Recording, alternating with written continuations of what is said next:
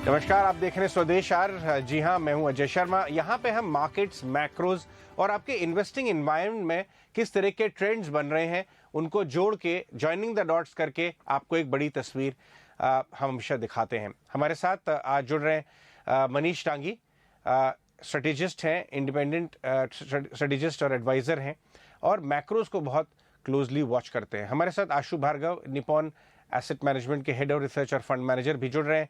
लेकिन मनीष से पहले मैं समझना चाहता हूँ, मनीष, एक बात जो ऑफ कोर्स लास्ट कुछ हफ्तों से, महीनों से इन्फ्लेशन बड़ी चिंता बनती रही मार्केट्स के लिए globally, not only in India, और अभी लास्ट कुछ हफ्तों से फूड इन्फ्लेशन एक बड़ा हिस्सा, बल्कि हमारे इन्वेस्टर्स में से भी बहुत कुछ ही लोग होंगे शायद फूड इन्फ्लेशन को बहुत क्लोजली वॉच करते हैं। दूसरी तरफ हमने देखा कि इंडस्ट्रियल कमोडिटीज़ में एक गिरावट आ रही है। ग्रॉस रिफाइनिंग मार्जिन में 30% ही गिरावट है। इंडस्ट्रियल कमोडिटीज़ में रीसेंट टॉप से 20% ही गिरावट है। कुछ लोगों को इससे खुशी मिलती है, दूसरी तरफ वाले चिंता कर रहे हैं कि ऑयल नहीं गिर रहा अभी तक और फूड प्राइसेस नहीं गिर रहे हैं, इनफैक्ट वो बढ़ रहे हैं। तो ये इन्फ्लेशन का कैसा टग ऑफ वॉर आपके हिसाब से इस समय चल रहा है? हाय अजय। तो इन्फ्लेशन का एक छोटे तरीके से देखें तो हमारा जो होलसेल इन्फ्लेशन है, जो हमारे फैक्ट्रीज जिस भाव पे चीज़ों को खरीदती है अमूमन, वो 15% ईयर ऑन ईयर ऊपर है। और जो कंज्यूमर इन्फ्लेशन है, जो एक आम आदमी चीज़ों को अपने खरीदता है, कपड़े लत्ते सब मिला करके, तो वो कुछ 8% ऊपर है। 8 भी बहुत ज़्यादा है, लेकिन 15 बहुत ज़्यादा है। ना एक्चुअली अगर आप हिस्टोरिकल पिछले 50 साल के इतिहास को देखो, तो जब जब डब्ल्यूपीआई और सीपीआई में इतना भयंकर डाइवर्जेंस हो जाता है जय, कि अब 7% ज्यादा डब्ल्यूपीआई चल रहा है, तो इवेंचुअली फैक्ट्रीज को अगर ज्यादा भाव पे माल मिल रहा है, तो इवेंचुअली कंज्यूमर को भी वो ज्यादा भाव देना ही पड़ेगा। तो एक तरीका तो यह देखने का है कि ऑलरेडी जो इन्फ्लेशन फैक्ट्रीज एक्सपीरियंस कर रही हैं, वो इन्फ्लेशन अभी तक कंज्यूमर नहीं एक्सपीरियंस कर रहा, वो करेगा। दूसरी बात यह है कि आपने क्रूड की बात करी। चाइना को के बड़ी सिटीज को बंद करने के बावजूद क्रूड जो है वो 110-115 डॉलर पे स्टेबलाइज हो रहा है। अब चाइना धीरे धीरे ओपन अप होगा।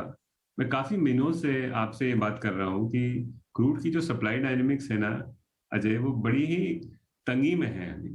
तो ऐसा हो सकता है कि यहाँ से जैसे ही चाइना ओपन करे, क्रूड काफी ऊपर चला जाए, 20-25 डॉलर और ऊपर चला जाए। वो हमारे देश के लिए बड़ा नुकसानदायक है, न सिर्फ इन्फ्लेशन के पॉइंट ऑफ व्यू से, बट ऑल्सो क्योंकि हम सारा ऑयल जो है बाहर से इम्पोर्ट करते हैं। और आप फाइनल बात यह है कि जो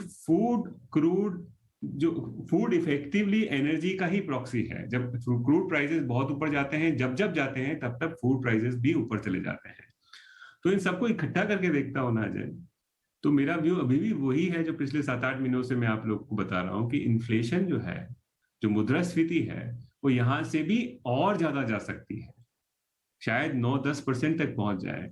और उस हालात में फाइनेंशियल असेट्स, जो मैंने आपको कई बार इस चीज का जिक्र किया है कि जो फाइनेंशियल असेट होते हैं, हो सकता है बॉन्ड हो या इक्विटी हो, दोनों इस माहौल में अच्छा नहीं करते हैं। राइट। तो ये जो यूएस वापस से रिसेशन की तरफ बढ़ गया है, कुछ लोग कहते हैं ऑलरेडी कगार पे है वहाँ पे, और चाइना, कुछ इंडिपेंडेंट एनालिस्ट तो बता रहे हैं कि एक्चुअली नेगेटिव ग्रोथ हो रहा है। जिन्होंने अपने नेक्स्ट क्वार्टर की ग्रोथ भी सेट की है, वो 20-25 साल में लोएस्ट है। उसका असर क्या देखते हैं आप इन्फ्लेशन के कंट्रीब्यूटर्स पे चलते हुए नेक्स्ट कुछ महीनों में? तो अजय, ये इन्फ्लेशन जो इस बार आ रहा है ना, वो एक्चुअली दो वजह से है। एक तो है कि ग्लोबल ग्रोथ जो है, हालांकि हिंदुस्तान की ग्रोथ और हिंदुस्तान का जो आउटपुट है, जीडीपी है, वो अभी भी काफी कमजोर है प्री कोविड के ट्रेजेक्टरी के बनस्पत। लेकिन ग्लोबल ग्रोथ जो है वो बड़ी तेजी से 2021 के अंदर ऊपर आई, और उसकी वजह से तमाम देशों में जो इन्फ्लेशन है वो बहुत ऊपर आ गई। तो एक तरीका तो यह है कि आज जो इन्फ्लेशन है वो इस वजह से है कि पिछले 7-8-10 महीनों में ग्लोबल ग्रोथ जो है, डिमांड ग्रोथ है, वो बहुत तेजी से ऊपर आई है ना। उसका अब हम क्या है, हम ऐसा नहीं बोल सकते कि भाई हमारे देश में तो इतनी अच्छी ग्रोथ नहीं है, तो फिर क्यों हमको इन्फ्लेशन आ रही है। उसका रीजन ये है कि हम सब एक ही मैदान में हैं, अमेरिका भी, ऑस्ट्रेलिया भी, न्यूजीलैंड भी, हम भी, यूके भी, यूएस, सब कुछ। तो वहां अगर ग्रोथ बहुत ज्यादा आएगी, तो उसका असर हमारे यहाँ पे भी इन्फ्लेशन की फॉर्म में आ जाएगा। अच्छा, दूसरी बड़ी बात यह है अजय कि कई सारे जो रिसोर्सेज हैं, खास करके एनर्जी और फूड, वहां पे जियोपॉलिटिकल रीजंस की वजह से जो रशिया यूक्रेन में हो रहा है, और काफी सालों के अंडर इन्वेस्टमेंट की वजह से वहां पर एक प्राइस प्रेशर सप्लाई की वजह से बना है, क्योंकि सप्लाई एडिक्वेट नहीं है। तो मेरा डर यह है कि अगले 8-10 महीनों में हमारे लिए हो सकता है कि क्रूड यहां से और ऊपर चला जाए, पर उसका रीजन डिमांड ग्रोथ नहीं है, उसका रीजन जो है वो सप्लाई साइड है। तो इसलिए मैं आपका जो पॉइंट है कि हालांकि हो सकता है कि यूएस 8-10-12 महीनों में, यूरोप 8-10-12 महीनों में रिसेशन की तरफ बढ़े, हालांकि उसकी प्रोबेबिलिटी अभी ओनली हाफ ही 50-50 ही है, लेकिन बढ़े या ना बढ़े उसके बावजूद भी इन्फ्लेशन शायद अगले 8-10 महीनों तक वहां पे ऊपर सस्टेन कर सकता है। और हिंदुस्तान में खास करके क्योंकि हम थोड़े से लेट ट्रेड है, हम मतलब हमारा रिकवरी थोड़ा सा देरी से हुआ है, यूएस का पहले हो गया था, इसके लिए अगला 5-7 महीना हमारे यहाँ पे इन्फ्लेशन और तेजी से ऊपर जा सकता है। राइट। और एक बात आपसे और समझना चाहेंगे मनीष, कि ऐसे समय में बहुत सारे हमारे व्यूअर्स हमसे ट्विटर पे, हमारे चैट शोज में हमसे पूछ रहे हैं एचएनआई डिवीजन के कि हमने अभी तक इक्विटी ओरिएंटेड पोर्टफोलियो ज़्यादा रन किए हैं, क्या ये समय ऐसा आ रहा है कि थोड़ा पोर्टफोलियो एलोकेशन डेट और फिक्स्ड इनकम की तरफ लगाना चाहिए? ऐसे क्वेरीज पे आप क्या जवाब देंगे, और थोड़ा हमें हम समझा भी दें कि एसेट एलोकेशन के समय पे ये इन दोनों के बीच में कैसे चुनाव करना चाहिए? तो अजय देखो, बड़ी बात यह है कि इक्विटी और फिक्स्ड इनकम जो है वो भाई बहन है, मीनिंग दोनों में से दोनों लिंक्ड हैं एक दूसरे से, है ना।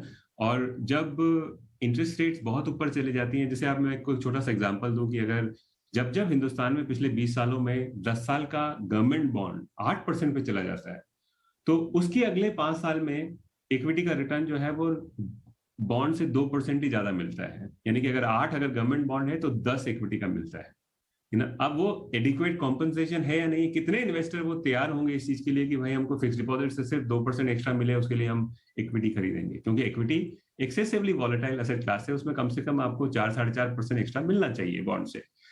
तो पहली बात मुद्दे की ये है कि आप इस चीज को ध्यान रखें कि दोनों रिलेटेड है।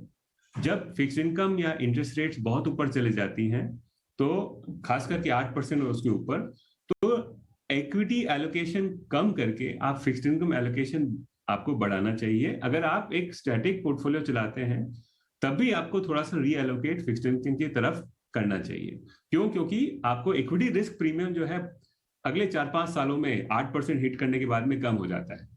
दूसरी बात यह समझने की जरूरत है कि जब जब सिक्लिकल हाई में आप खरीदते हैं इक्विटी को, भले वो 1992 में खरीदे हैं, 2007 में खरीदे हैं, या फिर 2018 में खरीदे हैं, बहुत कम आपको रिलेटिवली रिटर्न मिलता है। तो इसलिए ध्यान रखने की जरूरत है। मैं 8-10 महीनों से इस बात को कर रहा हूं आपकी चैनल पे कि आप ध्यान रखें कि माहौल खराब है, इस माहौल में ये बहुत एक्सपेंसिव चीजें वैल्यूएशन के हिसाब से जो हो वो ना खरीदें।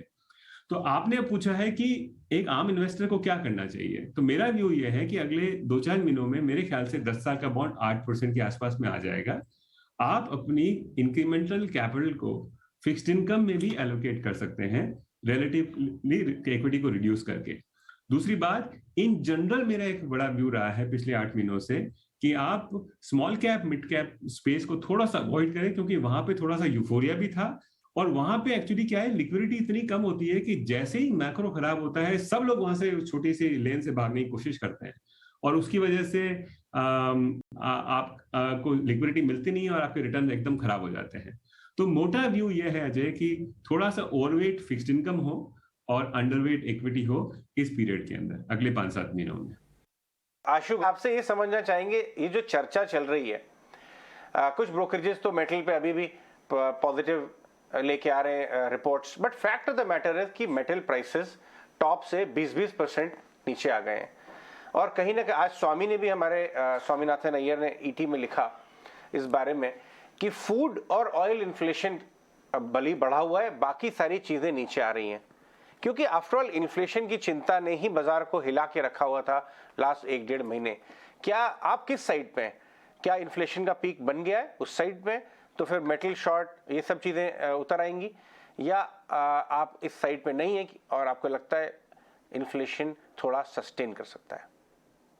ये बात सही है कि जो सबसे बड़ा कंसर्न है बाजार के लिए वो इन्फ्लेशन है। मेरे हिसाब से इन्फ्लेशन पीक के आसपास है, बट ये भी सही है कि इन्फ्लेशन यहाँ से ग्रेजुअली ही गिरेगा।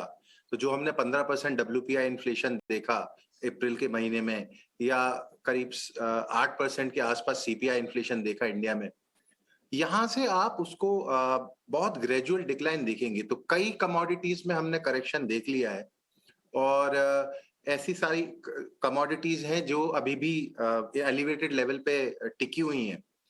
हमें समझना ये जरूरी है कि हमारी इन्फ्लेशन बास्केट में केवल 10% ऐसा पोर्शन है जो इंपोर्टेड इन्फ्लेशन है, जो कमोडिटी लिंक्ड इन्फ्लेशन है। वो इन्फ्लेशन डेफिनेटली आने वाले महीनों में सॉफ्टन होगा, but agriculture prices, services inflation, यहाँ वेजेस, रेंट जो है, इन चीजों में हमें ऐसा लगता है कि कुछ समय के लिए ये ऊपर के लेवल पे रहेंगे, और बड़ा जो आप डिक्लाइन देख रहे हैं इन्फ्लेशन में, वो आप सेकेंड हाफ में देखेंगे, चाहे वो इंडिया में या globally. I think inflation concern last quarter of this financial year या second half of this calendar year, वहां आप ज्यादा इसको लेस ऑफ अ रिस्क पाएंगे, और तब कहीं जाके पॉलिसी मेकर्स भी जो उनका एग्रेसिव टाइटनिंग स्टैंस है उस पे हो सकता है वो भी एक रोकथाम लगाए। ठीक है आशु, फेयर पॉइंट। अब चलिए नेक्स्ट क्वेश्चन पे आते हैं। आपने बोला, मैंने आपकी बात का ध्यान दिया कि ग्रेजुअल डिक्लाइन आपको दिख रहा है। तो ग्रेजुअल डिक्लाइन अगर इन्फ्लेशन में हो रहा है और इंडस्ट्रियल कमोडिटीज नीचे आ रही हैं, तो ग्रेजुअली क्या अपग्रेड करने चाहिए इंडस्ट्रियल कमोडिटी के यूजर्स को, ऑटोज को, कैपिटल गुड्स को?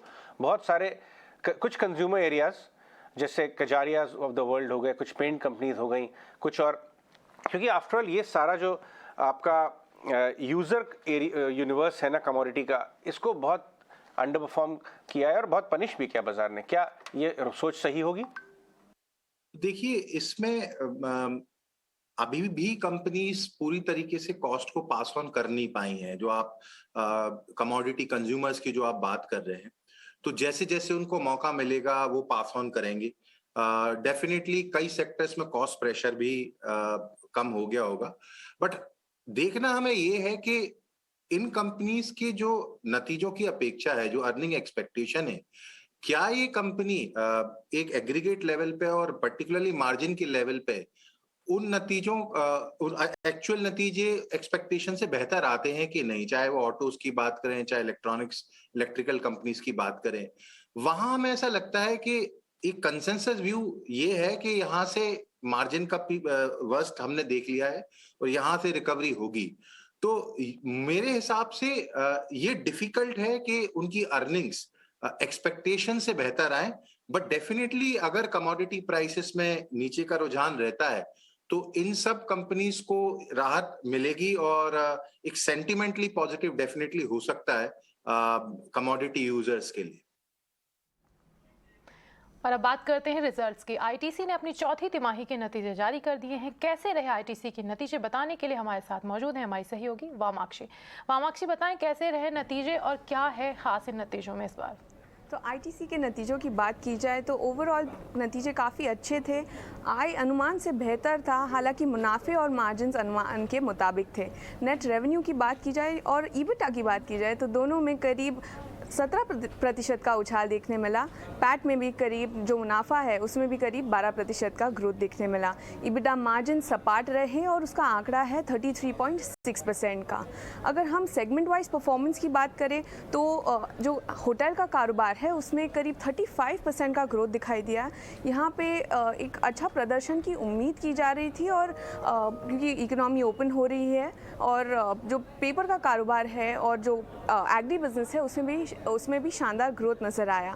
जो सिगरेट के वॉल्यूम्स है उसका अनुमान रहेगा करीब 9 से 10% के ग्रोथ का। तो ओवरऑल आईटीसी अच्छे नतीजों के साथ रिपोर्ट कर रहा है। थैंक यू वामाक्षी, ये सारी जानकारी हमारे साथ शेयर करने के लिए। रुक करते हैं आज के मार्केट। वीकली एक्सपायरी से पहले बाजार आज दायरे में कारोबार करता दिखाई दिया। शुरुआती तेजी अंत तक टिकी नहीं रह सकी। निफ्टी दिन के ऊपरी स्तर से लगभग 160 अंक गिरकर 16,240 अंकों पर बंद हुआ। निफ्टी बैंक भी दिन के शिखर से लगभग 500 अंक टूटकर बंद हुआ। सेंसेक्स की बात करें तो 110 अंकों की गिरावट पर आज बाजार में बंद हुआ। इसके अलावा क्या रही हलचल, कहाँ रही खरीदारी, कहाँ रही बिकवाली, ये सारी बातें जानते हैं हमारी सहयोगी प्रियंका उपल आनंद के साथ। बाजार में अगर आप देखें तो सुबह मॉर्निंग में आप एक माइनर से गैप अप के साथ खुले, लेकिन सेकेंड हाफ में बाजार की क्लोजिंग तक आपने वो सारे गेंस इरोड कर दिए और इनफैक्ट एक नेगेटिव क्लोजिंग दिया। हालांकि बाजार पर अगर आप एक व्यू देखें तो अभी भी आप 16,200 के जो 16,200 ये बड़े सपोर्ट लेवल्स हैं जिनके पास आपको बाजार यहाँ पर कारोबार करते हुए दिखाई दे रहा है। यहाँ पर आप लूजर्स की अगर बात करें तो देखिए पावर ग्रिड काफ़ी प्रॉफिट बुक हुए, बीपीसीएल डिसइन्वेस्टमेंट चला जिसके कारण आप वहाँ एक वीकनेस देखेंगे काउंटर में। ऑटो पैक से आपको टाटा मोटर्स, हीरो मोटोकॉर्प ये कल तेज दिखे थे, लेकिन यहाँ आज थोड़ी प्रॉफिट हुई। तो मोर और less we should say that आज प्रॉफिट बुकिंग दिखी हमें। कल के जो गेन्स थे, आज जो फर्स्ट हाफ के गेन्स थे उसे बाजार ने खोते हुए हमने देखा उसे। गेनर्स की अगर आप बात करें तो कंप्लीटली आपको न्यूज़ बेस्ड एक्शन देखने को मिला। टाटा कंज्यूमर वाह न्यूज़ थी। लास्ट आवर में आपने देखा कि डिफेंसिव स्पेस थोड़ा स्ट्रॉन्ग हुआ और आपने सारे डिफेंसिव काउंटर्स, फार्मा स्पेस यानी फार्मा हो, एफएमसीजी हो, वहाँ पर स्ट्रेंथ आते हुए देखी। एफएमसीजी के काउंटर्स लाइक कोलपैल हो, सिप्ला हो और इसके अलावा फार्मा में आप बायोकॉन देखो, ऑरो फार्मा, सन फार्मा, डिविस लैब, ग्लेनमार्क सब स्ट्रेंथ के साथ ही बंद हुए। तो लास्ट आवर में हमने थोड़ी सी बाजार में एक डिफेंसिव अप्रोच देखी, गेंस को इरोड किया। मिड कैप आईटी में आपको बाइंग दिखी, लार्ज कैप आईटी टेक्नोलॉजीज में शॉर्ट बिल्टअप दिखाई दिए और बैंक्स में भी आपको आज के दिन में शॉर्ट बिल्टअप होते थे, लेकिन फाइनेंस काउंटर्स आपको तेज दिखाई दिए। तो एक बहुत ही स्प्लिट व्यू हर स्पेस और सेक्टर पे आपको देखने को मिला। लेकिन कुछ बड़े इंपॉर्टेंट जो अब मेटल्स पे अगर आप देखें तो स्टील पैक आपको वीक दिखाई दिया, लेकिन एल्यूमिनियम काउंटर्स जो है वो स्ट्रेंथ के साथ ही बंद हुए, यानी Hindalco, NALCO, Vedanta. वेराज on the contrarian आपको steel counters like Tata steel, JSW steel, वहां पर आपको दिखाई दिया कि वो अपनी जो गेन्स थे उन्हें नहीं बचा पाए, वो इरोड हुए। लेकिन कुछ पर्टिकुलर स्पेसेस आप देखें, शुगर स्पेस देखें, जैसे वहाँ पर इथलॉन ब्लेंडिंग की बात हो रही थी और उसको लेकर एक इंपॉर्टेंट बैठक की बात है। ऑलरेडी हमने टारगेट अचीव कर लिया, जो नवंबर इस साल के नवंबर तक का टारगेट है 10% ब्लेंडिंग का, वो ऑलरेडी अचीव हो चुका है और तब से आप हरकत में देख रहे हैं पूरे स्पेस को, चाहे आप त्रिवेणी इंजीनियरिंग हो, प्राज इंडस्ट्री हो, द्वारिकेश शुगर हो, पूरा इस स्पेस को आप देखें तो ये बजिंग स्पेस आपको दिखाई दिया। तो आज और एक और चीज़ जो सेक्टर हाईलाइट करना होगा कि डायग्नोस्टिक काउंटर्स आपको आज वीक दिखे। डॉक्टर लाल पाथलैब के रिजल्ट्स आए, उसके बाद आपने पूरे स्पेस पर एक बिकवाली देखी, वीक दिखाई दिया ये काउंटर। अपोलो हॉस्पिटल ने भी अपने गेंस को टेंडर किया यहाँ पर। तो बाजार एक इंपॉर्टेंट सपोर्ट के पास और उसके ऊपर ही बंद हुआ है। 16,200 एक बड़ा सपोर्ट था, फिलहाल 16,400 बड़ा रेजिस्टेंस बाजार पर क्लियरली आज आपको विजिबल रहा, उसको क्रॉस नहीं कर पाया और उसको टच करने के बाद हमने देखा कि गेंस इरोड हुए थे और एंड ऑफ द आवर तक तो 16,200 के लेवल्स, यानी जिन लेवल्स पर हम खुले थे उनके भी नीचे जाकर आज बंद हुए, लेकिन बड़े सपोर्ट के ऊपर है। मिड कैप और स्मॉल कैप में अभी भी आपको एक आउट परफॉर्मेंस दिखाई दे रही है। शुगर सेक्टर की आर्थिक दिक्कतों को लेकर वित्त मंत्री निर्मला सीतारमण ने आज बैठक की। इस बैठक से कुछ एक्सक्लूसिव डिटेल्स लेकर आ रही हमारी सहयोगी मेघना मित्तल। जी बिल्कुल, जैसे हमने आपको पहले भी बताया था कि निर्मला सीतारमण जो फाइनेंस मिनिस्टर हैं उन्होंने एक बहुत ही क्रूशियल मीटिंग ली है आज शुगर सेक्टर के इश्यूज़ पर। ये हम जानते हैं कि जो शुगर का जो करंट सीज़न है उसमें हमने रिकॉर्ड शुगर केन प्रोडक्शन देखा है जो अप्रॉक्सीमेटली 355 लाख टन है। इसी को देखते हुए जो कोऑपरेटिव शुगर मिल्स हैं उनका जो क्रशिंग सीज़न होता है वो अक्टूबर में स्टार्ट हो जाता है, जिसको एक्सटेंड करना पड़ा है क्योंकि ये जो ह्यूज शुगर केन प्रोडक्शन है उसको अकोमोडेट करने के लिए। इसी की वजह से जो फाइनेंशियल क्रंच है वो फेस कर रही हैं ये कोऑपरेटिव शुगर मिल्स, जिसकी वजह से काफ़ी स्टेट्स ने जैसे कि महाराष्ट्र हो गया उन्होंने स्पेशल ग्रांट्स भी अनाउंस करे हैं इन कोऑपरेटिव मिल्स के लिए। इसी सब को देखते हुए आज की जो मीटिंग थी वो बहुत ही क्रूशल थी। फाइनेंस मिनिस्टर निर्मला सीतारमण ने पूरा रिव्यू लिया जो क्रेडिट अवेलेबिलिटी है शुगर केन मिल्स के पास उसका, और जो भी फाइनेंशियल इश्यूज, फाइनेंशियल क्रंच जो ये कोऑपरेटिव शुगर मिल्स फेस कर रही हैं उन सब का एक पूरा फुल फ्लेजेड आज रिव्यू लिया गया। सूत्र भी बता रहे हैं कि फाइनेंस मिनिस्टर ने फाइनेंशियल सर्विसेज सेक्रेटरी को ये निर्देश दिया है कि बैंक्स के द्वारा जो क्रेडिट अवेलेबिलिटी है कोऑपरेटिव शुगर मिल्स की जहाँ तक हो सके उसको इंक्रीज़ किया जाए इमीडिएट बेसिस पर। ये क्योंकि हम जानते हैं क्रशिंग सीजन क्योंकि एक्सटेंड हुआ है तो ये जो फाइनेंस की जो रिक्वायरमेंट है, क्रेडिट की जो रिक्वायरमेंट है इन शुगर मिल्स के पास वो इमीडिएट और अर्जेंट बेसिस पर है। इसी को देखते हुए ये मीटिंग आज बुलाई गई, टॉप लेवल की मीटिंग थी और ये इम्पोर्टेंट निर्देश आज जारी किए गए हैं। कॉटन की कीमतों में आए उछाल के बीच सरकार घरेलू मांग को प्राथमिकता देगी। केंद्रीय मंत्री पीयूष गोयल की टेक्सटाइल इंडस्ट्री के साथ अहम बैठक भी हुई। कॉटन की ऊंची कीमतों के बीच कैसे घरेलू मांग को पूरा किया जाएगा और सरकार आगे क्या कदम उठा सकती है, इस खबर की पूरी डिटेल्स दे रहे हैं हमारे सहयोगी समीर दीक्षित। कॉटन की लगातार अंतर्राष्ट्रीय कीमतों में बढ़ोतरी के बीच सरकार ने साफ कर दिया है कि फिलहाल प्राथमिकता घरेलू कॉटन डिमांड को पूरा करना ही होगा। कॉटन स्टॉक होल्डर्स के साथ में मंत्री पीयूष गोयल की अहम बैठक हुई और इस बैठक में सरकार की तरफ से साफ कर दिया गया है कि प्रायोरिटी यही है कि कैसे फिलहाल जो डोमेस्टिक कॉटन डिमांड है उसको पूरा किया जाए और आने वाले अगर 3 से 6 हफ्तों के बीच इसको पूरा नहीं किया जाता है, डोमेस्टिक डिमांड को पूरा नहीं किया जाता है, तो सरकार आने वाले वक्त में कड़े कदम भी उठा सकती है। हालांकि कॉटन एक्सपोर्ट पर रोक लगाने के मुद्दे पर सरकार ने फौरी तौर पे तो कोई फैसला नहीं लिया, लेकिन इस बात का इशारा जरूर किया कि प्राथमिकता चूंकि डोमेस्टिक डिमांड को पूरा करना है और अगर ऐसा नहीं होता है तो सरकार आने वाले वक्त में कॉटन एक्सपोर्ट पर रोक लगाने जैसे कड़े कदम उठाने से पीछे नहीं हटेगी। सूत्रों ने यह भी बताया कि इस अहम बैठक में 8 से 10 सदस्यीय कमेटी का गठन करने का फैसला लिया गया है। कॉटन के मसले पर यह कमेटी का गठन किया गया है, जिसकी अध्यक्षता सुरेश कोटक करेंगे, जिनको देश में कॉटन मैन ऑफ इंडिया के नाम से भी जाना जाता है। ये पहली दफा होगा कि इस मसले पर, कॉटन के मसले पर एग्रीकल्चर मंत्रालय को भी साथ में लिया गया है। इस कमेटी में सुरेश कोटक के अलावा एग्रीकल्चर सेक्रेटरी, टेक्सटाइल कमिश्नर, इसके अलावा अपैरल गारमेंट इंडस्ट्री के जो प्रतिनिधि हैं, कॉटन फार्मर एसोसिएशन के प्रतिनिधि, उनको भी साथ लिया जाएगा। इस कमेटी का मकसद यही है कि किस तरीके से आने वाले वक्त में देश में कॉटन की पैदावार को बढ़ाया जा सके।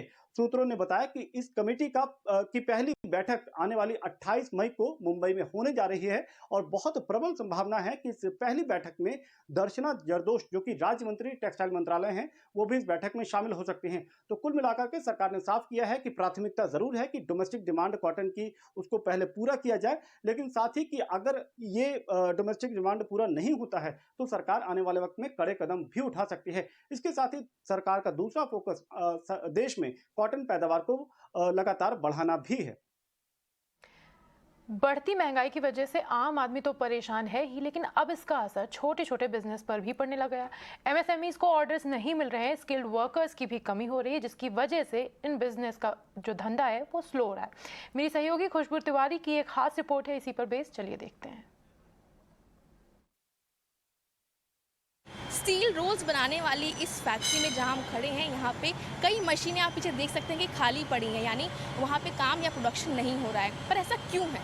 इसके पीछे 2 मुख्य कारण हैं। पहला है कि कई एमएसएमईज को अलग अलग सेक्टर्स की उन्हें नए ऑर्डर्स मिलने में देरी हो रही है या उनके ऑर्डर्स डिले कर दिए गए हैं, क्योंकि जिस तरह से इन्फ्लेशन कॉस्ट बढ़ा है उसका असर देखने को मिला है। और दूसरी बात जो बहुत ही अहम है वो है मैन पावर का शॉर्टेज, यानी जो लोग हैं काम करने आने वाले, उनमें काफ़ी ज़्यादा कमी देखने को मिली है, जिसकी वजह से ओवरऑल प्रोडक्शन पर काफ़ी ज़्यादा असर देखने को मिला है।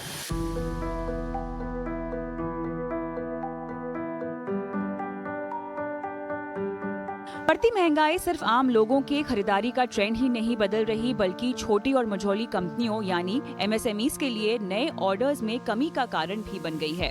क्रॉम्पटन ग्रीव्स, सीमेंस, भारत बिजली जैसी इलेक्ट्रिकल कंपनियों के लिए कंपोनेंट्स बनाने वाली कुछ एमएसएमईज का कहना है कि नए ऑर्डर्स को महंगे रॉ मटेरियल की वजह से टाला जा रहा है।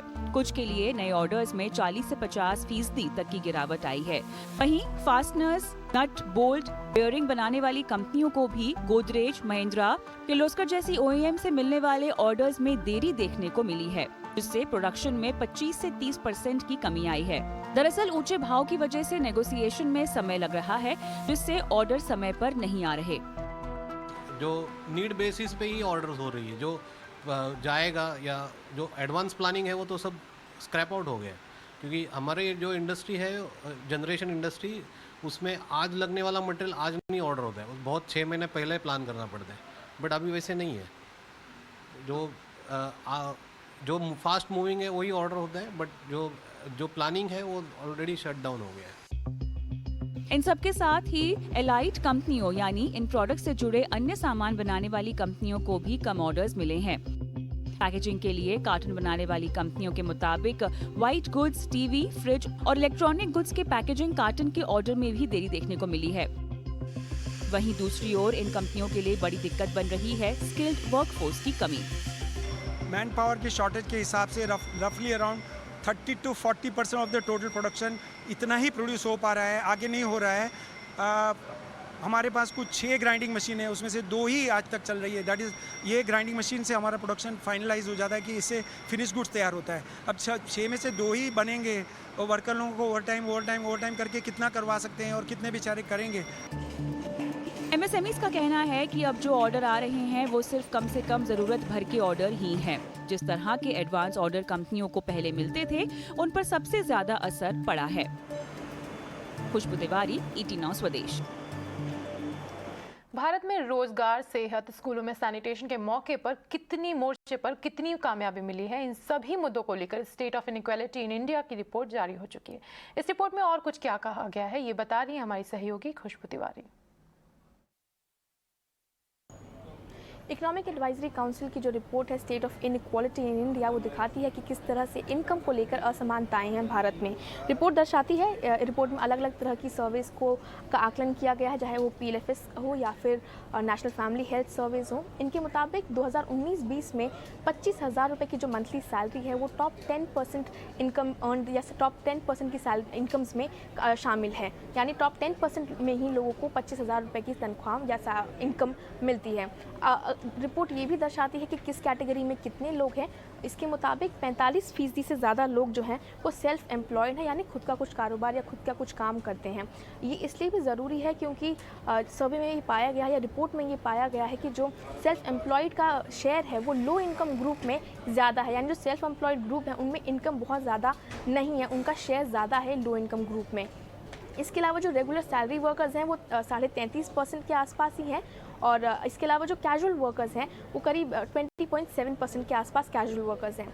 हेल्थ और इंफ्रा की बात करें कि किस तरह का विकास यहाँ देखने को मिला है, तो रिपोर्ट के मुताबिक 2005 में जहाँ रूरल एरिया यानी ग्रामीण इलाकों में भारत में पब्लिक हेल्थ सेंटर्स 1.72 लाख थे, वो 2020 में बढ़कर 1,85,000 के ऊपर हो चुके थे। यानी अगर 15 साल का आकलन किया जाए तो ये 7.4% की ग्रोथ ही दर्शाता है। कुछ पॉजिटिव्स भी हैं ज़रूर हैं रिपोर्ट में जो दर्शाए गए हैं, जो दिखाते हैं कि अब 95 यानी 2019-20 तक 95% ऐसे स्कूल थे जिनमें जो टॉयलेट या की फैसिलिटी थी वो पूरी काम करती थी, यानी वो अवेलेबल थे। और 96% जो घर हैं उनमें सेफ़ ड्रिंकिंग वाटर यानी सुरक्षित पीने का पानी पहुंचता है। और इसके अलावा जो 97% ऐसे घर भी हैं जहां पे अब बिजली की सुविधा मौजूद है। रुचि सोया का नाम अब बदलकर पतंजलि फूड्स हो जाएगा। बोर्ड ने नाम बदलने को मंजूरी दे दी है। रुचि सोया 690 करोड़ में पतंजलि आयुर्वेद का फूड रिटेल कारोबार खरीदेगी। डील को लेकर हमने रुचि सोया के CEO संजीव अस्थाना से बात की। उन्होंने कहा कि डील के बाद कंपनी का ऑपरेटिंग मुनाफा 2,500 करोड़ हो जाएगा। All told, 500 plus SKUs which are getting sold, a revenue base of 4,100 crores plus. EBITDA which runs into 15 to 20% consistently.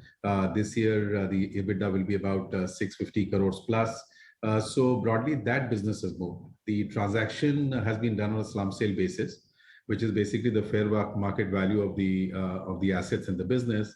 So that the board has approved paying consideration of 690 crores. Basis that the business is now moving into Ruchi. And subject to the shareholders' approval and the other regulatory approvals, the transaction is now approved by the board. So we'll seek shareholders' nod and the other necessary approvals, and we are expecting that business to come into the Ruchi fold in a very quick time now. Amazon संभव event में Adani ports और says के CEO करण अडानी ने कहा कि अगले 20 से 30 साल में लॉजिस्टिक्स में शानदार ग्रोथ दिखेगी। उन्होंने कहा कि लॉजिस्टिक्स में EV और ग्रीन एनर्जी के आने से लॉजिस्टिक्स की लागत में कमी आएगी। Fuel cost when you eliminate, which is happening with electric vehicles coming in.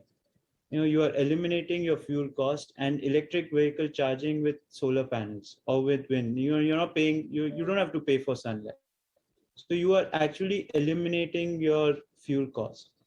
Then the next level of disruption will happen is through autonomous vehicle. Because after fuel, your second biggest cost is your cost of driver and your maintenance, which comes with it. So once you bring in autonomous vehicles or that technology, autonomous technology, you are eliminating your driver cost. And with these two costs coming in, then the focus, I mean, where world will move towards is that you just keep using your vehicle or your hardware as much as you want. With the increase in the utilization of your hardware, basically you're apportioning, and you will reach, ultimately you will reach at a stage.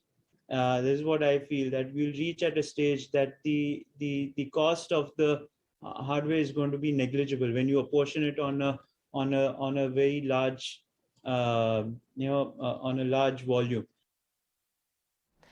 IIFL group के founder Nirmal Jain ने ET Now स्वदेश से खास बातचीत की। इस बातचीत में उन्होंने कहा कि IIFL का फोकस फिलहाल रिटेल बिजनेस पर है। उनके मुताबिक लंबी अवधि के निवेशकों को बाजार की गिरावट से घबराने की जरूरत नहीं है। ग्लोबल मार्केट बहुत ही खराब है, क्योंकि इंटरेस्ट रेट अगर बढ़ेंगे और यूरोप और अमेरिका की इकोनॉमी रिसेशन में जा सकती है, तो वहां पे जो है थोड़ा डरावना माहौल है, उसका थोड़ा इम्पैक्ट इंडिया पे आ रहा है। पर अगर आप इंडिया की इकोनॉमी देखो तो मैं समझता हूँ कि बहुत ही स्ट्रांग है, और यहाँ पे अगर मैक्रो स्टेबिलिटी है, पॉलिटिकल स्टेबिलिटी है, हमारी करेंसी स्टेबल है, रिजर्व्स हमारे स्ट्रांग हैं, तो अगर जब भी वापस रिवर्सल होगा इस जो बेरिश मार्केट का, तो मैं समझता हूँ कि इंडिया में सबसे पहले उछाल आएगा। तो इंडिया का मार्केट सबसे पहले रिकवर होगा। अगर आप लॉन्ग टर्म इन्वेस्टर्स हैं तो डरना नहीं चाहिए, स्टॉक को पकड़ के रखना चाहिए, और अगर आप शॉर्ट टर्म इन्वेस्टर्स हैं तो लिवरेज मत करो, और मार्केट वॉलेटाइल रहेगा, उसके लिए तैयार रहो। सुंदरम AMC के MD सुनील सुब्रमण्यम ने ET Now स्वदेश से खास बातचीत की। उन्होंने कहा कि बैंकिंग और फाइनेंशियल सेक्टर में निवेश के शानदार मौके हैं। उनके मुताबिक मेटल शेयरों में लॉन्ग टर्म के लिए पॉजिटिव ट्रेंड नहीं है। आप देखें तो उसके लिए अभी फ्यूचर बहुत बढ़िया है। सेकंड चीज़, करेक्शन भी बहुत ज़्यादा हुआ है, क्योंकि FIIs ने ज़्यादा लार्ज कैप बेचा है, तो लार्ज कैप में BFSI स्पेस बहुत स्ट्रॉन्ग तरह से शामिल है। तो इसमें पॉजिटिविटी के कारण मैं बता दूं आपको कि एक तरफ क्या हुआ है कि बैंकों को इतने दिन से सस्ते पैसे की जो एक माहौल थी, उसमें उन्होंने जाके 5 साल 10 साल वाले लोन इंटरनेशनल मार्केट में भी उठा लिए, तो उनके लिए एक कॉस्ट बेस बढ़ गया है कि लो कॉस्ट फंड्स का उनके पास सरप्लस है। सेकंड चीज़ अब देखेंगे तो एक फंडामेंटल चीज़ जो लेंडिंग साइड में हुआ है कि बारिंग पर्सनल लोन और ऑटो लोन, बाकी सब loan interest rate floating rate interest पे है, तो बैंक को ये रेट हाइक जो एक डेट में देखे हैं कि इंटरेस्ट रेट्स बढ़ने वाले हैं, उसको कंज्यूमर के ऊपर पास ऑन करने का मौका है, तो नेट इंटरेस्ट मार्जिन वाइडन हो सकती है। और तीसरी चीज़ यह है कि क्रेडिट ग्रोथ में भी अभी वापसी दिख रहे हैं, और इंडियन इकोनॉमी की फुटप्रिंट कैपेक्स साइकिल में अल्टीमेटली बैंक फाइनेंस की बहुत जरूरत होगी, तो डिमांड फॉर फंड्स भी रहेगी और प्राइसिंग का भी प्रेशर नहीं रहेगा। तो BFSI एक अच्छा स्पेस मेरे लिए दिख रहा है। तो अगर कोई सेक्टर कॉल लेना है, मैं समझता हूं कि BFSI स्पेस एक अच्छी जगह है जहां पे लोग धीरे धीरे निवेश शुरू कर सकते हैं। ग्रुप ऑफ मिनिस्टर्स ने गेमिंग इंडस्ट्री पर टैक्स बढ़ाने के प्रस्ताव तैयार कर दिया है। गेमिंग इंडस्ट्री पर टैक्स बढ़ाने के लॉन्ग टर्म में कैसे असर होंगे, इसी बात पर पेश है आज का स्वदेश विशेष। जब आप मोबाइल पर गेम खेलते हुए वक्त बिता रहे हो, उस वक्त गेमिंग कंपनियां करोड़ों कमा रही होती हैं, और इसे ऑनलाइन गेमिंग का क्रेज कहें या पैसे का लालच। आज के हालात में काफ़ी हद तक देश में लोग ऑनलाइन गेमिंग इंडस्ट्री से जुड़ चुके हैं। देश के ऑनलाइन गेमिंग इंडस्ट्री का करीब 80% RMG गेम से जुड़े हैं, और सरकार के बढ़ते बाजार को यहाँ देखा, बढ़ते बाजार को सरकार ने देखा और इस इंडस्ट्री पर टैक्स बढ़ाने का प्रस्ताव जो है वो तैयार कर लिया गया है। आज स्वदेश विशेष पर हम इसी पर करेंगे विस्तार से चर्चा कि आखिर गेमिंग इंडस्ट्री पर टैक्स बढ़ाने के क्या होंगे दूरगामी असर। लेकिन उससे पहले ये खास रिपोर्ट आपको दिखाते हैं।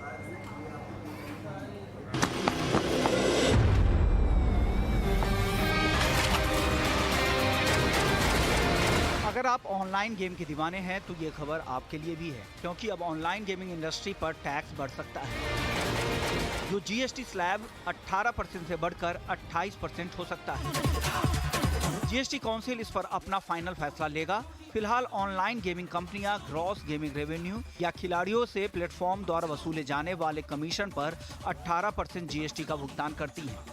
ग्रुप ऑफ मिनिस्टर्स ने प्रस्ताव दिया है कि पूरी की पूरी प्रतियोगिता राशि पर GST लगाया जाना चाहिए, वो भी 28%। इसके बाद उनको करीब 6 से 10 गुना ज्यादा टैक्स चुकाना पड़ेगा। वहीं अगर ऐसा होता है तो गेमिंग इंडस्ट्री को भारी नुकसान हो सकता है। यार एक तो तो आउट नहीं हो रहा, ऊपर से तूने उसको छोड़ के आया है। क्योंकि फैंटेसी स्पोर्ट्स को छोड़कर कई ऑनलाइन गेमिंग कंपनियां 5 से 10% का ही मार्जिन लेते हैं। हमें ये जानकारी मिल रही है एक्सक्लूसिवली, जैसा कि हमने 6 मई को रिपोर्ट किया था, उसी तर्ज पे कि ग्रुप ऑफ मिनिस्टर्स ने आज अपनी बैठक में इस बात को फाइनल कर लिया है और अपनी फाइनल रिपोर्ट तैयार कर ली है, जिसमें इस बात की सिफारिश की है कि कैसीनो, हॉर्स रेसिंग और ऑनलाइन गेमिंग के ऊपर 28% GST जो है वो लगाया जाएगा। वहीं GOM की इस सिफारिश को ई गेमिंग फेडरेशन बिल्कुल भी पसंद नहीं कर रहा है। उन्होंने ऑनलाइन गेमिंग उद्योग के लिए 18% GST को बरकरार रखने की वकालत की है। उनके मुताबिक ऐसा करने से ये इंडस्ट्री हतोत्साहित तो होगी ही, साथ ही रोजगार और राजस्व में भी कमी आएगी। बता दें कि भारत में ऑनलाइन गेमिंग सेक्टर में साल 2020 में 115 अरब रुपए की कमाई हुई है, जो 2025 तक 38% बढ़कर 384 अरब रुपए होने का अनुमान है। और इस सेक्टर में 2025 तक कई गेमिंग कंपनियां यूनिकॉर्न क्लब में भी एंट्री कर लेंगी। इंडिया का बिगेस्ट स्पोर्ट्स गेम। फिलहाल भारत में करीब 1000 गेमिंग प्लेटफॉर्म है। इसमें ड्रीम 11, MPL और माई 11 सर्कल जैसी फैंटेसी गेम का मार्केट शेयर 95% से अधिक है। ऑनलाइन गेम के बढ़ते कारोबार का अंदाजा है कि कई सेलिब्रिटीज जैसे धोनी, गांगुली, विराट कोहली, बॉलीवुड स्टार शाहरुख खान, श्रद्धा कपूर और वरुण धवन इसके ब्रांड एम्बेसडर हैं। यहाँ तक कि इन ऑनलाइन गेम इंडस्ट्रीज को विदेशी कंपनियों ने भी फंडिंग की है। अगस्त 2020 से सितंबर 2021 तक $1.6 बिलियन विदेशी निवेश हुआ है। टीटी नाउ स्वदेश।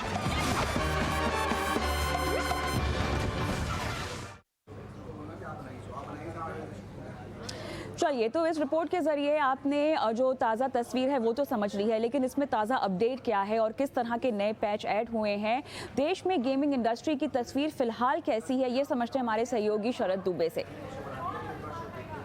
भारत की गेमिंग इंडस्ट्री फोकस में है और सबसे पहले मैं बता दूं कि बहुत सारे कैटेगरीज होते हैं। आपके गेम ऑफ स्किल होते हैं, फिर गेम ऑफ लक होते हैं जिसे हम गैम्बलिंग कहते हैं। तो बहुत सारे जो एरियाज़ हैं, जो ऑफ कोर्स ग्रे एरियाज़ हैं आपके गेमिंग में, तो उस पर फोकस रहेगा। लेकिन पूरी इंडस्ट्री के बारे में बात करें तो लगभग भारत की जो ऑनलाइन गेमिंग मार्केट है ऑलमोस्ट $2.2 बिलियन की मार्केट है, और अगर ग्लोबली कंपेयर करें तो सिर्फ 1% मार्केट शेयर जो है आपको देखने मिलेगा। अब जो गेमिंग रेवेन्यू है मेजॉरिटी मतलब 90% कह सकते हैं मोबाइल सेगमेंट से आते हैं, और ये जो रेवेन्यू है ऑलमोस्ट $1.8 बिलियन की, और अगले 3 साल में ये डबल से ज़्यादा होने वाली है, इसका अनुमान है रिपोर्ट्स का। और आगे जाते हुए अगर मोबाइल यूज़र्स की बात करें, जिस तरह हम अपने फ़ोन देखते हैं, चेक करते हैं, तो मोबाइल गेमर्स भी रहते हैं जो अपने मोबाइल हैंडसेट से गेमिंग करते हैं, उनमें भी जो है 50% का ग्रोथ का एक्सपेक्टेशन है 2025 के लिए। और हमने जो है कुछ लिस्ट निकाले हैं कि कौन से प्लेयर्स हैं जो आपके गेमिंग स्पेस पे इंडिया में बहुत एक्टिव है। तो लिस्टेड प्लेयर्स में जो है ऑफ कोर्स सबसे पहले नज़ारा टेक रहेगा। इसके अलावा डेल्टा कॉर्प में भी लगभग 10% का रेवेन्यू जो है उनके ऑनलाइन गेमिंग से आती है, स्किल से, ऑनलाइन रमी सर्विसेज जो है उनकी। इसके अलावा जेंसा टेक और ऑन मोबाइल ग्लोबल में भी गेमिंग में एक्सपोजर है। अनलिस्टेड स्पेस में भी अगर बात करते हैं तो ड्रीम 11 बहुत फेमस ब्रांड है, स्पेशली ड्यूरिंग IPL में जो ये ब्रांड देखा जाता है, ये फोकस में रहेगा। इसके अलावा पेटीएम की अनलिस्टेड आर्म है पेटीएम फर्स्ट गेम्स, उस पर फोकस है। फिर गेम्स टू विन, और उसके अलावा मून फ्रॉग गेम्स और 99 फिल्म्स भी हैं।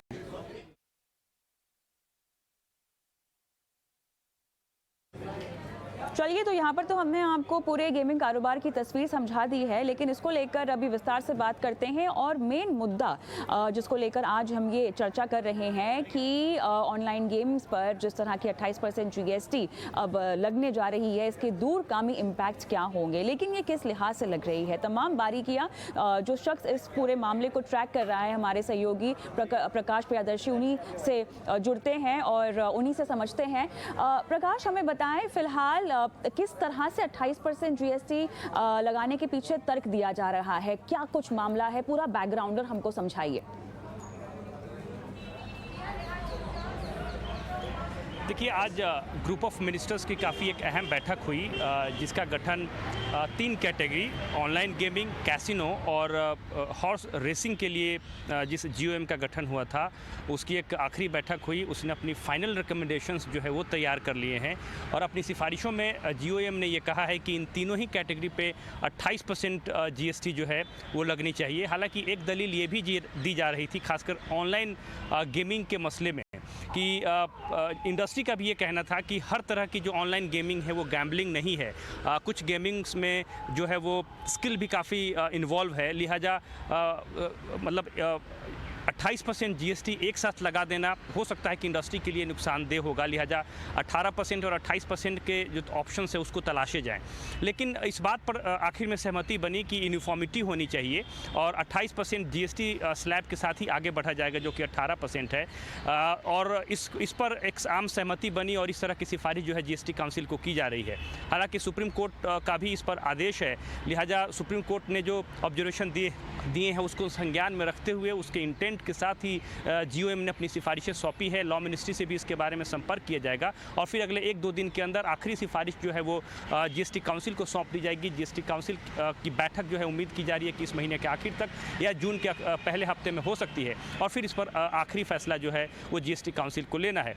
लेकिन जिस तरीके से ऑनलाइन गेमिंग की चर्चा आप कर रही हैं, मैं कुछ आंकड़े देख रहा था, सरकार के आंकड़े, अभी $2 बिलियन की इंडस्ट्री है। उम्मीद ये की जा रही है कि 2030 तक ये $27 बिलियन की इंडस्ट्री हो जाएगी। लिहाजा अब ये देखने वाली बात है कि किस तरीके से इस पर इंडस्ट्री आगे बढ़ेगी, किस तरीके से GST काउंसिल इस पूरे मसले को लेकर आगे बढ़ेगी। लेकिन अभी जो सिफारिश GOM ने सौंपी है वो 28% की सिफारिश सौंपी है और इसी के साथ अब ये आखिरी जो सिफारिश जो है वो GST काउंसिल को सौंप दी जाएगी।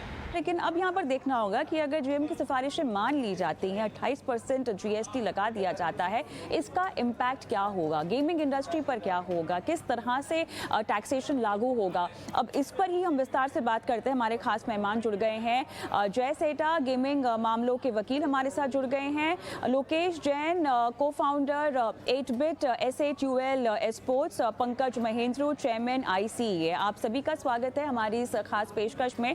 पहला सवाल मैं लोकेश जैन से लेना चाहूँगी, क्योंकि जिस तरह से अभी हमारे सहयोगी ने भी कहा है कि आने वाले वक्त में अगर हम गेमिंग इंडस्ट्री की बात करें, खासतौर से ऑनलाइन गेमिंग इंडस्ट्री की बात करें, तो ये 4 टाइम्स बढ़ने जा रही है। अभी भी अगर हम देखें ताज़ा हालात में लगभग जो आंकड़े हमें बताते हैं, लगभग 45,000 के करीब लोगों को यहाँ पर एम्प्लॉयमेंट दी जाती है। अगर हम FDI की बात करें तो लगभग $1.6 बिलियन का FDI आपको इस इंडस्ट्री में आता हुआ दिखाई देगा। अब जो टैक्सेशन लागू होने की बात हो रही है, इसका किस तरह का इम्पैक्ट अब अपनी इंडस्ट्री पे पड़ता हुआ देखते हैं लोकेश? तो वही इसमें जैसे आपके कलीग ने बताया कि ऑनलाइन गेमिंग 2 सेगमेंट में डिवाइडेड है, स्किल्ड बेस्ड एंड गैम्बलिंग। अब जो स्किल्ड बेस्ड गेमिंग सेगमेंट है उस पे आई थिंक इसका बहुत बड़ा असर पड़ेगा। I think skilled based industry में 28% टैक्स लगने से काफी कुछ बैकफुट पे आना चाहिए, बिकॉज स्किल बेस्ड गेमिंग सारी की सारी ई स्पोर्ट्स एथलीट्स के ऊपर चलती है, जैसे नॉर्मल स्पोर्ट्स में होता है। ऑलरेडी जितने भी एथलीट्स है, जितने भी प्लेयर्स है गेम के अंदर, जितने भी कंपनीज है, already casual tax price pool के ऊपर 33% डायरेक्ट गवर्नमेंट को दे रही है।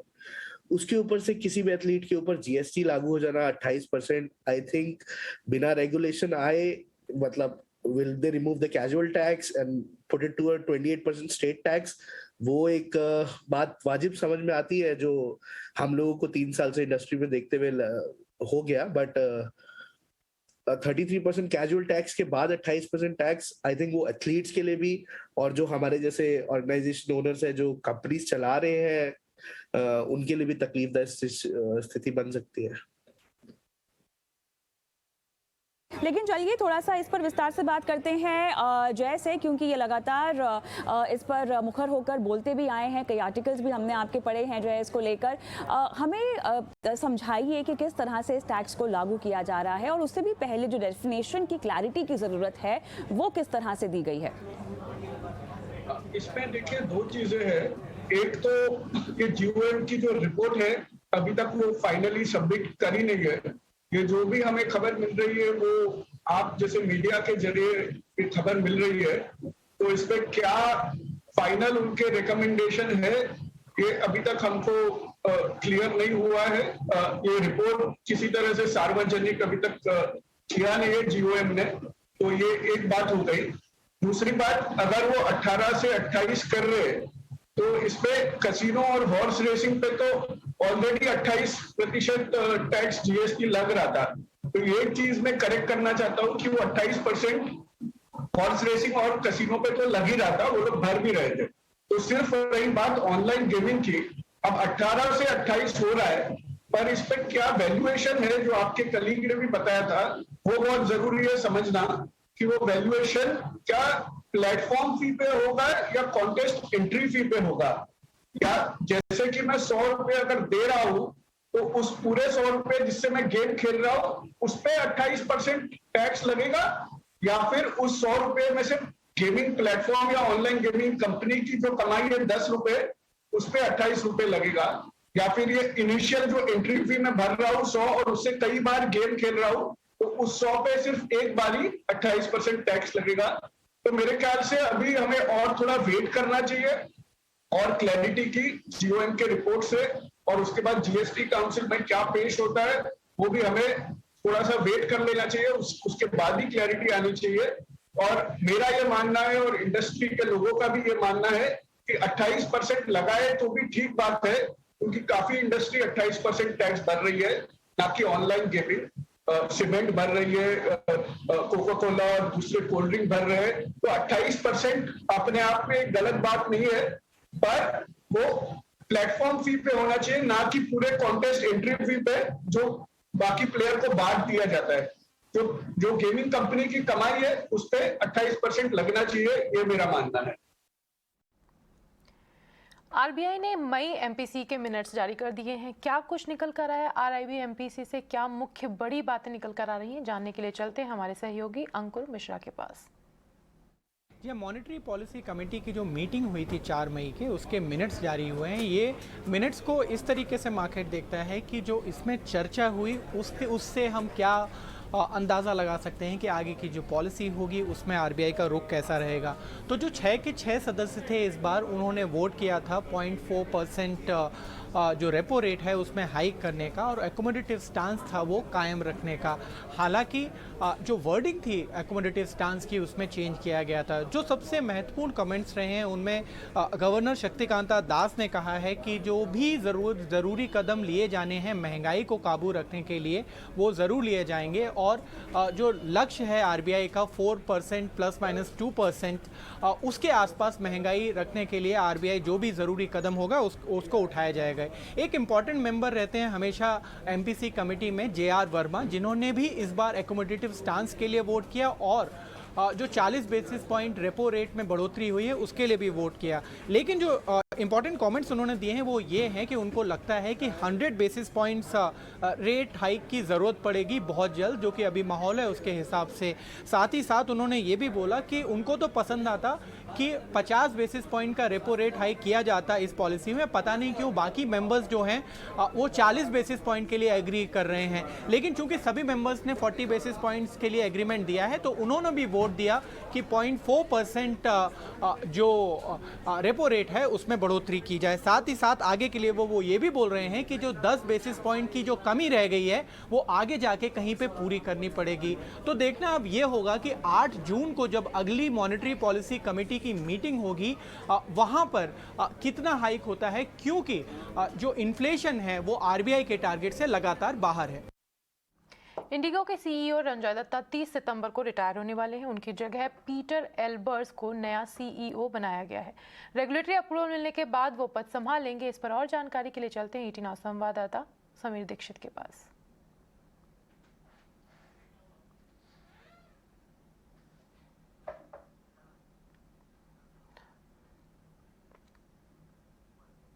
डिफेंस सेक्टर में आत्मनिर्भरता के लिए सरकार की बड़ी तैयारी है। हथियारों को अपग्रेड और नए इक्विपमेंट डील में मेक इन इंडिया को प्राथमिकता दी जाएगी।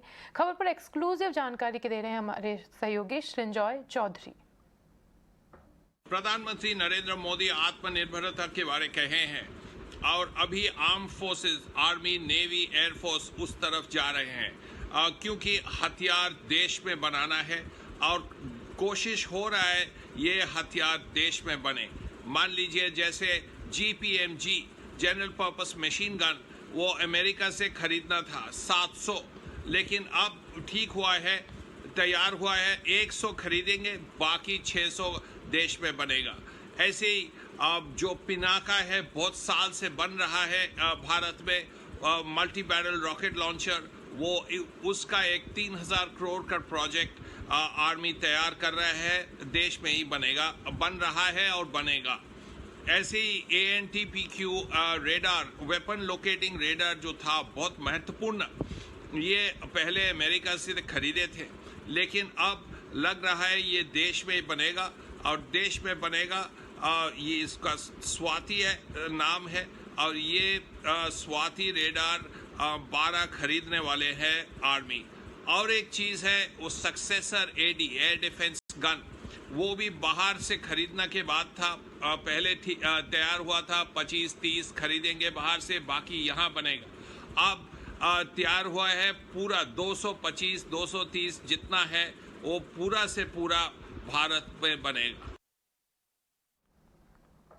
गुजरात विधानसभा चुनाव से पहले राज्य कांग्रेस के कार्यकारी अध्यक्ष हार्दिक पटेल ने इस्तीफा दे दिया है। हार्दिक पटेल पिछले कुछ दिनों से पार्टी हाईकमान से नाराज चल रहे थे। अध्यक्ष पद और पार्टी की सदस्यता से इस्तीफा देते हुए हार्दिक ने सोनिया गांधी को लंबा चौड़ा खत लिखा है।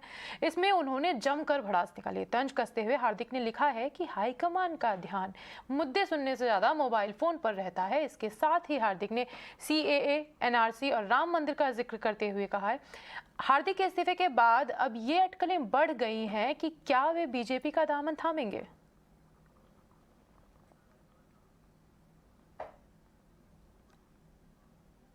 और अब बात करते हैं सेंसेक्स का सुपरस्टार्स की। पिछले कुछ सालों में भारतीयों ने शेयर बाजार की अपनी समझ काफी बढ़ा ली है।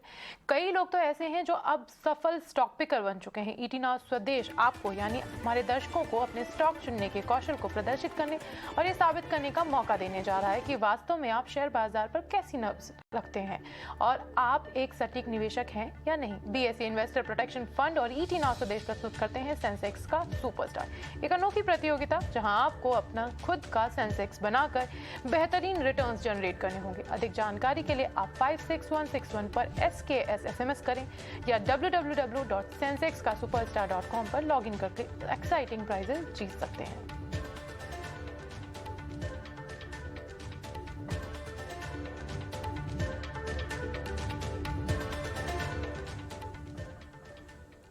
BSE इन्वेस्टर प्रोटेक्शन फंड प्रस्तुत करते हैं ET Now स्वदेश सेंसेक्स का सुपरस्टार में। आज हम मिलेंगे बैंगलोर के तन्मय चौधरी से, जो एक्चुअली वेस्ट बंगाल से हैं लेकिन काम को लेकर बैंगलोर सेटल डाउन हो चुके हैं।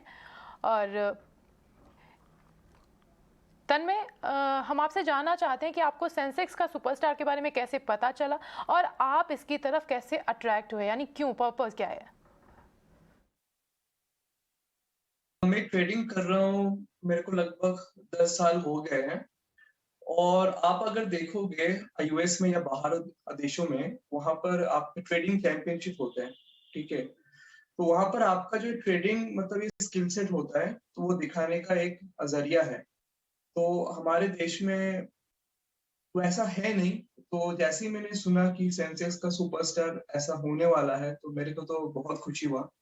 और वही दिन मतलब मैंने सोच लिया कि यहाँ पर मेरे को हिस्सा लेना है, क्योंकि आपका जो ये स्किल सेट होता है तो वो आप नेशनल लेवल में आप शोकेस कर सकते हो। तो वही सोच के मैंने ये प्रतियोगिता में हिस्सा लिया है। तन्मय, मुझे बताइए कि सेंसेक्स का सुपरस्टार जीतने के लिए आपकी स्ट्रेटेजी क्या होगी?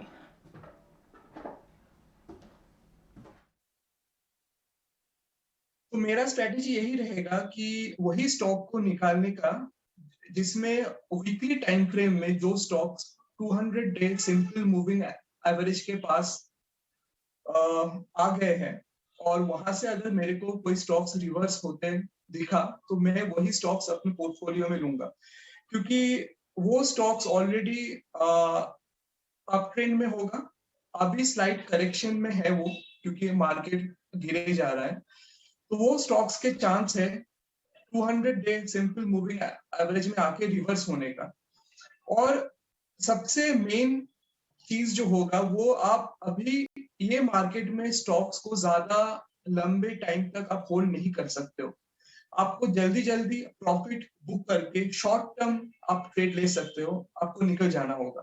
तो मेरी स्ट्रेटेजी यही रहेगी, वीकली टाइम फ्रेम में जो भी स्टॉक्स 200 के सिंपल मूविंग एवरेज के पास हो, वहां से अगर मेरे को रिवर्स होते हुए दिख रहा है तो वो स्टॉक्स को मैं लूंगा और शॉर्ट ड्यूरेशन तक मैं उसे होल्ड करके मैं निकल जाऊंगा।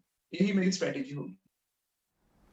Best of luck Tanmay, may the best one win. और फिलहाल इस बुलेटिन में इतना ही। बाकी बिजनेस वर्ल्ड की तमाम बड़ी खबरों के लिए देखते रहिए ET Now स्वदेश।